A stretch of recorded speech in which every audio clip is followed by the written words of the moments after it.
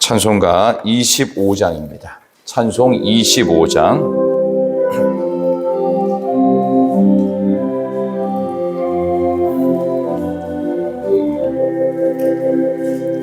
멸류관 벗어서 주 앞에 드리세. 저 천사 기쁜 노래가 온 땅에 퍼지네. 내 오락에 여서 주 찬송하여라. 온 백성 죄를 속하신 만왕의 왕일세. 멸류관 벗어서 주 앞에 드리세. 그 손과 몸의 상처가 영광 중 빛나네. 하늘의 천사도 그 영광 보고서 곧날에 신비할고자 늘 흠모하도다.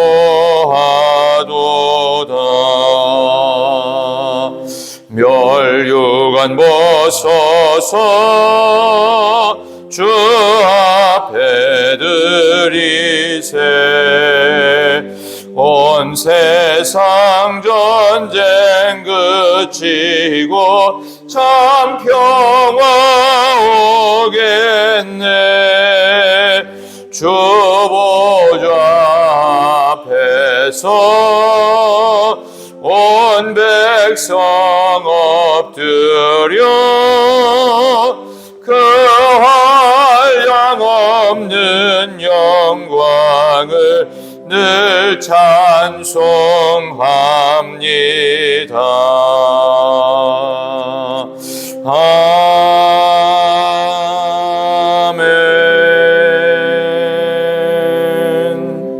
아멘. 하나님의 말씀을 연이어 봅니다. 베드로전서 3장입니다. 신약 성경 380쪽.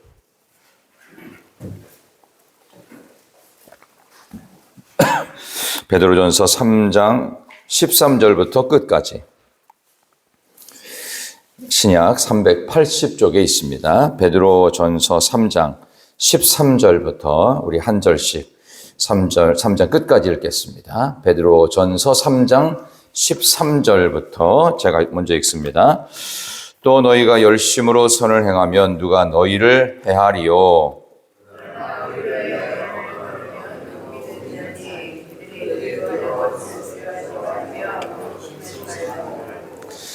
너희 마음에 그리스도를 주로 삼아 거룩하게 하고 너희 속에 있는 소망에 관한 이유를 묻는 자에게는 대답할 것을 항상 준비하되 온유와 두려움으로 하고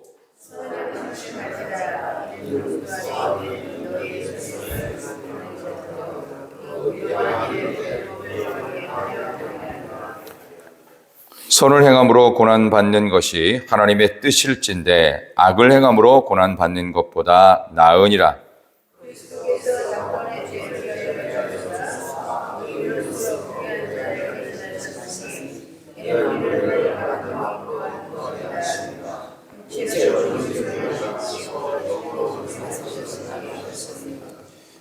그가 또한 영으로 가서 옥에 있는 영들에게 선포하시니라.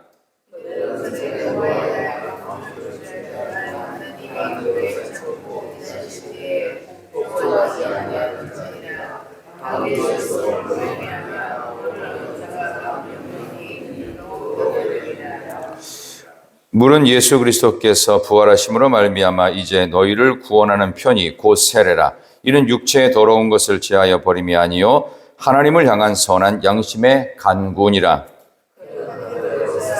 하나님 우편에 계시니 천사들과 권세들과 능력들이 그에게 복종하느니라. 아멘. 잘 읽으셨습니다.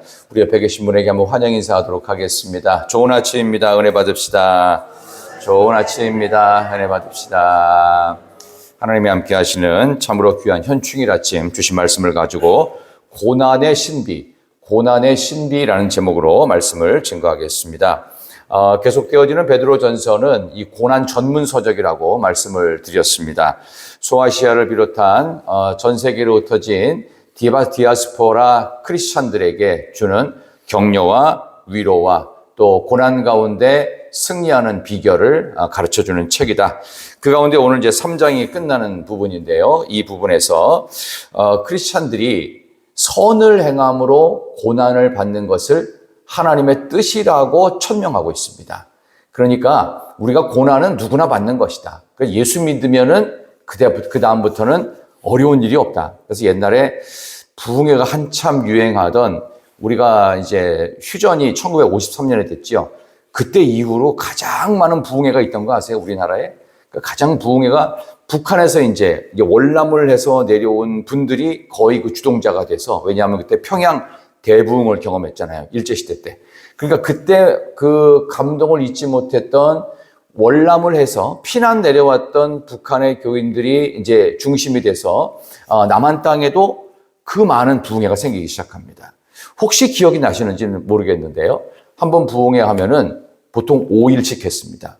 5일을 했는데 새벽, 오전, 저녁. 그래서 멀리서, 그래서 부흥회도 원정 부흥회를 했어요. 그러니까 옆 동네에서, 옆 교회에서 부흥회 하면은 또 다른 교회에서 교인들 가서 거기 가서 짐치고서 뭐 이불 같은 거 하나 가져가가지고 대충 덮고, 그래서 자리 안 뺏기려고 막 앞자리부터 빼곡하게 기도원처럼 막 부흥회를 했던 옛날. 지금은 이게 다 의자로 되고 다 신식이고 뭐 장비가 있지만 옛날에는 그런 게 어디 있습니까? 그냥 마이크 하나 제대로 있으면, 그것도 막 울리는 마이크, 웡웡웡 울리는 그런 마이크 하나 갖고서는 그냥 북치면서 부흥회 하는데 그렇게 좋다고 아멘 하고, 뭐 아멘 작게 하면 뭐 은혜가 안 될 것처럼. 근데 마치 이런 이제 부흥회의 모습을 통해서 우리나라는 가장 강력한 부흥회 시기를 경험하게 됐죠. 그때 사실 조금만 더 우리가 치고 올라갔더라면 1980년 넘어가기 전에 우리나라 전 국민의 한 50%가 예수를 믿었을지도 모른다. 막 이런 얘기가 있을 정도로 대한민국은 부흥의 열기를 1960년이 되기 전 50년대가 끝나기 전부터 활성화가 되어서 70년대 들어가기 전에, 그리고 여러분이 아시는 것처럼 엑스플로 74 해가지고 지금 옛날에는 그걸 5.16 광장, 지금은 여의도 광장 하는 거기서 전국에서 약 100만 명 정도가 모였었어요. 그래서 이제 빌리그리암 목사님 초청했고, 그때 이제 제가 옛날 얘기하는 이유는 오늘 이걸 설명하려고 그러는 거예요. 뭐 박정희 대통령이 이제 외국에서 마치 특사처럼 빌리그리암 목사님을 좀 대우를 했어요. 뭐 그런 부흥회의 시기를 우리 한국교회가 거쳐갑니다. 그런데 그렇게 크게 부흥할 때 한국 사회는 굉장히 가난했습니다. 사실 그 당시에 제가 초등학교를 다녔던 어린 아이였는데, 그때를 생각해 보면 그때 좋은 게 없었어요.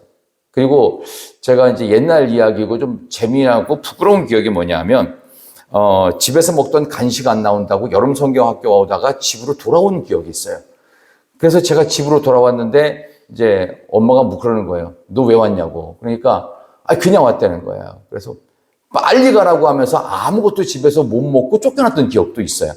그래서 그때 받았던 간식이 뭔가 봤더니 옥수수 반 쪼가리를 간식으로 줬던 기억이 지금도 있어요. 그래서 제가 지금도 옥수수를 잘 안 먹어요. 왜냐하면 그때 그 트라우마 때문에. 어려웠던 시절에는 옛날에 옥수수 반 쪼가리, 3분의 1 쪼가리 여름 성경학교 때 굉장히 괜찮은 간식인데 그거 먹기 싫다고 막 도망 왔던 기억이 있는. 그래도 그때는 아이들도 굉장히 많았고요.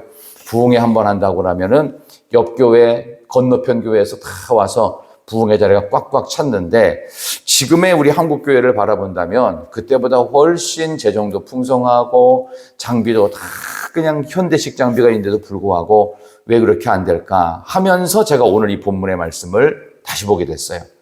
고난이라고 하는 것을 신비로 여겨야 되는데, 고난이라고 하는 것을 행여 우리가 저주로 여기지는 않는가. 고난은 예수를 믿든 안 믿든 전부 다 똑같이 있습니다. 언제까지? 하나님 앞에 갈 때까지 어려움의 시간이 반복돼요. 그렇다면 이 고난의 의미를 성경적으로 새롭게 해석해야 되는데 오늘 성경은 베드로 사도를 통하여 이게 얼마나 신비로운 것인지 오히려 고난이 축복이라고 이야기를 합니다. 그래서 오늘 그런 마음으로 오늘 본문을 다시 한번 보시면 좋겠습니다. 자, 한번 우리 13절, 14절 한번 그런 전 이해를 갖고 다시 읽겠습니다. 13, 14 시작. 또 너희가 열심으로 선을 행하면 누가 너희를 해하리요? 그러나 의를 위하여 고난을 받으면 복 있는 자니 그들이 두려워하는 것을 두려워하지 말며 근심하지 말고. 아멘. 의를 위하여 고난을 받는다면 이것이야말로 복 있는 것이다. 그 당시 의로움이 뭐였겠어요? 핍박과 박해를 받고 또 자기 본국에서 못 살고 외국으로 도망을 친 그런 디아스포라 그리스도인이라 할지라도 그로 인해서 당하는 이런 어려움을 오히려 복 있는 자라고 생각하라는 거예요. 왜냐하면 우리는 이 땅 가운데 살아가는 100년 남짓의 인생이 끝이 아니다. 여기가 끝이 아니고 천국 본향이 있다. 그래서 복 있는 자다라는 얘기예요. 그런 의미로 우리 성경은 가르치고 있죠. 그런 중에도 끊임없이 16절 보세요. 16절 다 같이 시작. 선한 양심을 가지라. 이는 그리스도 안에 있는 너희의 선행을 욕하는 자들로 그 비방하는 일에 부끄러움을 당하게 하려 함이라. 아멘. 선한 양심을 갖고 선행을 하라. 그러니까 이 얘기는 우리가 선행을 하는 목적의 가장 중요한 의미를 우리가 깨닫게 하는데요. 우리가 뭐 예수 믿으면서 그렇게 요란스럽게 어려움도 당해가면서 니네 나라에도 못 살고 여기까지 막 쫓겨오듯이 오면서 이게 뭐 하는 짓이냐? 뭐 집안 식구들을 제대로 먹여 살릴 수가 있어? 아니면은 가정이 평안해? 들키면은 혹시라도 로마와 관계된 그런 관청에 있는 사람들 만나면 너 힘들게 될 걸 뻔한데 왜 그렇게 불보듯 뻔한 고난의 길을 자초하냐 하면서 비웃고 비난받아요. 근데 비방받는 자들이 오히려 예수를 믿는 고난 때문에 어렵지만 그럼에도 불구하고 선한 모습. 이 선하다는 말 자체가 뭐냐면 다른 사람을 좋게 하고 다른 사람을 유리하게 하고 다른 사람들을 위해서 가장 좋은 말을 하는 거. 예수 믿는 것 자체가 그 당시에는 복음을 증거하는 거였어요.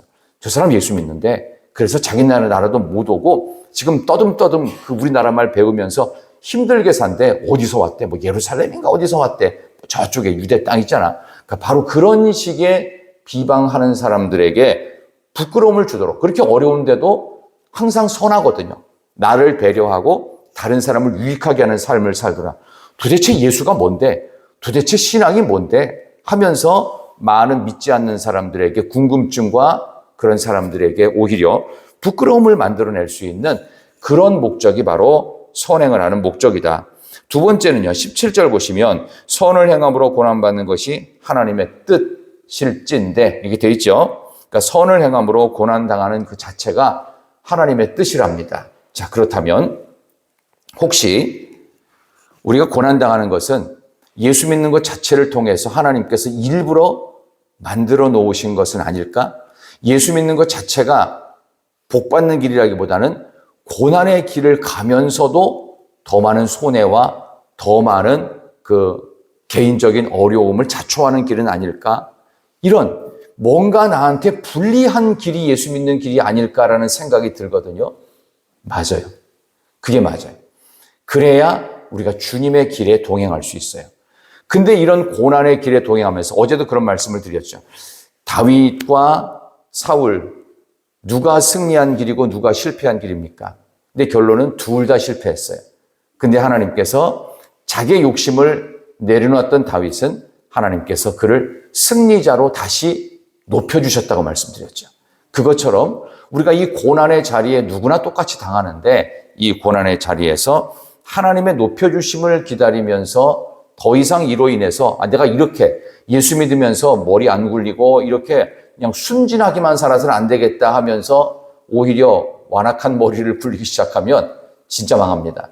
그러나 고난이 여기만 있는 대로 하나님의 뜻이라고 받아들이고 그것을 있는 그대로 순종하면서 내 삶의 모든 자리가 고난일지라도 이것을 긍정으로 받아들일 때 하나님께서는 그런 인생을 통해서 놀라운 고난의 신비 속에 역전을 시키신다는 거. 그것을 오늘 성경에서 가르쳐주고 있는 것입니다. 자, 그 다음에 18절. 그러면서 예수님에 대한 이야기를 바로 꺼내고 있습니다. 자, 이렇게 선을 행하는 자로 고난 가운데 부름받은 크리스찬에게 이제 사도 베드로가 하는 예수님의 실제 증언입니다. 자, 18절 시작. 그리스도께서도 단번에 죄를 위하여 죽으사 의인으로서 불의한 자를 대신하셨으니 이는 우리를 하나님 앞으로 인도하려 하심이라.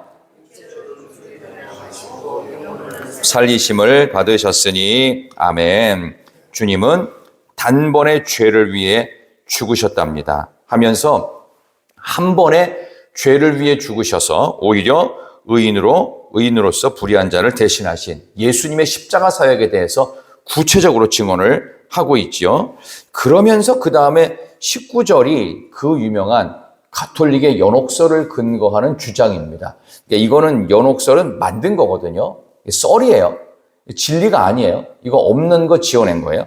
19절 잠깐 보십시다. 시작. 그가 또한 영으로 가서 옥에 있는 영들에게 선포하시니라. 여기 나오는 영들을 옥에, 이 옥이 연옥이라는 거예요. 그러니까 천국과 지옥 사이에 중간에 그 정거장 같은 게 하나 있대. 연옥이래요. 이거를 마카비 후서하고 짬뽕시켜가지고 가톨릭에서 연옥설을 만들어냈고 성베드로 대성당을 완공하기 위해서 중간에 돈을 엄청나게 내게 했죠. 그래서 친척 중에 동생 중에 아는 사람 중에 친구 중에 혹시 지옥 갈 만한 사람이 지금 연옥에서 너희들의 연보돈을 기다리고 있다. 이 구절을 통해서 만들어낸 거예요. 근데 이 구절을 잘못 해석한 거죠. 그게 아니죠. 마치 가톨릭에서 베드로를 초대 교황으로 만들기 위해서 마태복음 16장을 잘못 해석한 것처럼 이거를 잘못 해석한 거예요. 그게 아닙니다.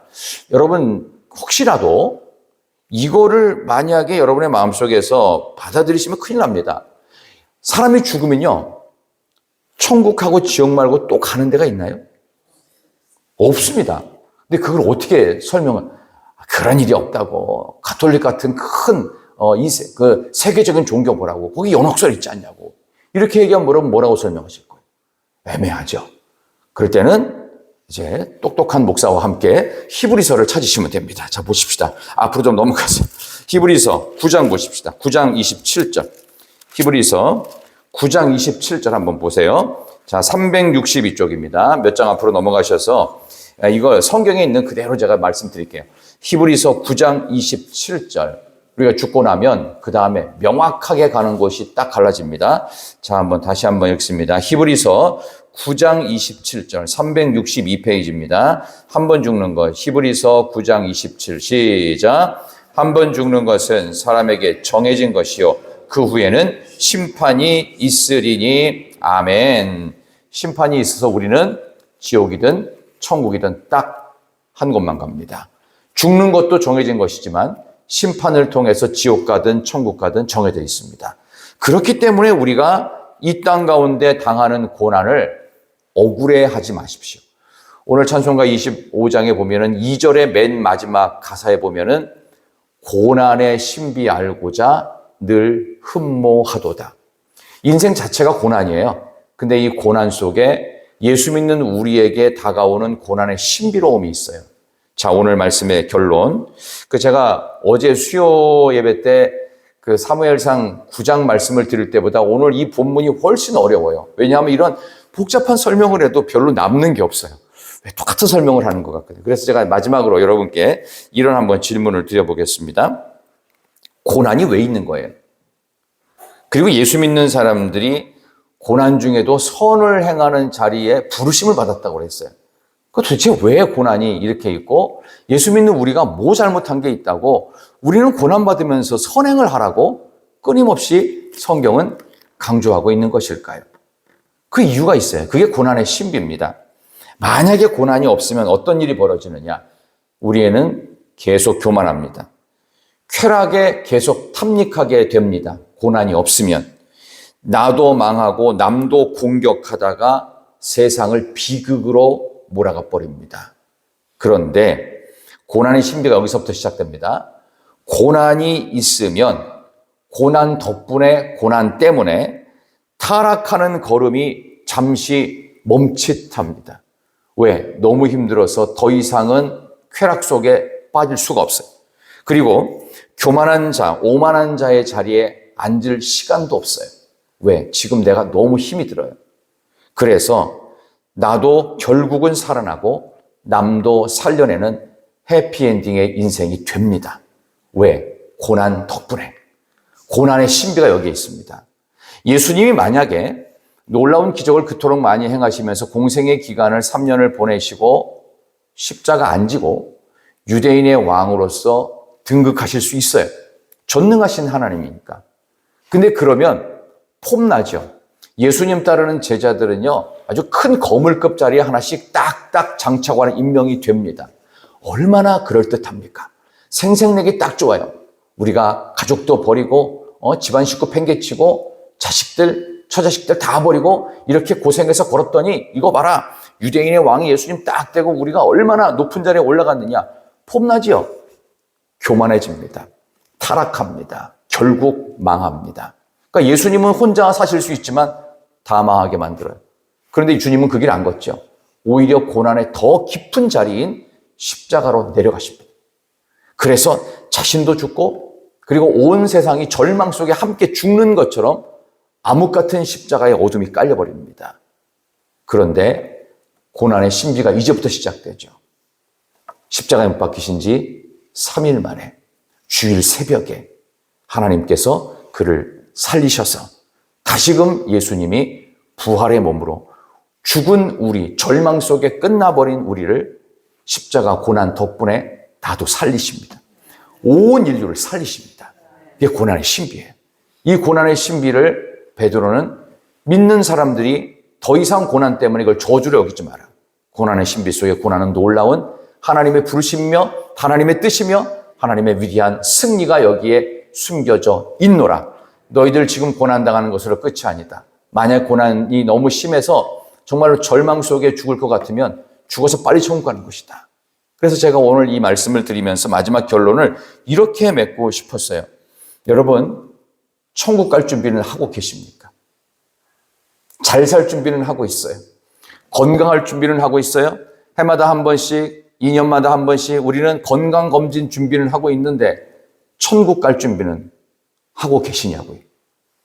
주님 만날, 하나님 만날 생각은 하고 있습니까? 도대체 뭘 준비하고 있습니까? 나의 외적인 조건을 뜯어고치기 위해서는 그렇게 애쓰고 있으면서 천국 갈 준비, 자녀들과 함께 저 천국에서 하나님 만날 준비를 하고 있습니까?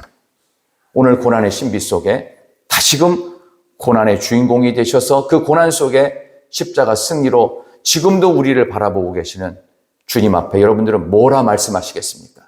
괜히 내 이름 대면서 생생대면서 내 존재감을 드러내기 위해서 신앙생활한다면 그 직분과 그 마음 자체는 잘못된 것입니다. 고난의 신비함 속에서 하나님 내가 희생하겠습니다. 내가 기도하며 하나님 앞에 나를 사라지도록 하고 하나님의 영광 뒤에 내가 숨겠습니다. 이러면서 하나님 만날 준비하십니까?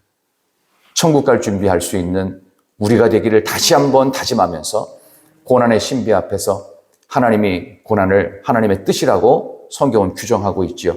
우리가 천국 가는 하나님의 백성들로서 이 땅에서의 시간을 나그네에서 잘 보내기를 소망하며 혹시라도 나도 힘들고 상대방도 힘들지만 믿음이 있다면 기도하며 하나님 앞에 더욱 가까이 나와서 우리 천국 갈 준비 같이 하자. 지금 조금 힘들어도 괜찮다. 조금 아파도 괜찮다. 지금 조금 어려워졌어도 괜찮다. 하나님께서 우리를 끝까지 믿음으로 걷는 우리를 지키실 것이다. 다 망했지만 다윗도 하나님이 다시 일으켜 세우시지 않았느냐. 우리도 그렇게 설 수 있다 하면서 믿음의 선배들의 뒤안길을 우리도 힘차게 따라가는 고난의 신비를 알아가는 믿음의 크리스천, 바로 여러분들이 그 주인공 되시기를 진심으로 축원합니다. 하나님 감사합니다. 오늘 이렇게 하늘에 오르시어 보좌 우편에 앉아 계신 주님께서 우리에게 고난의 신비를 가르쳐 주십니다.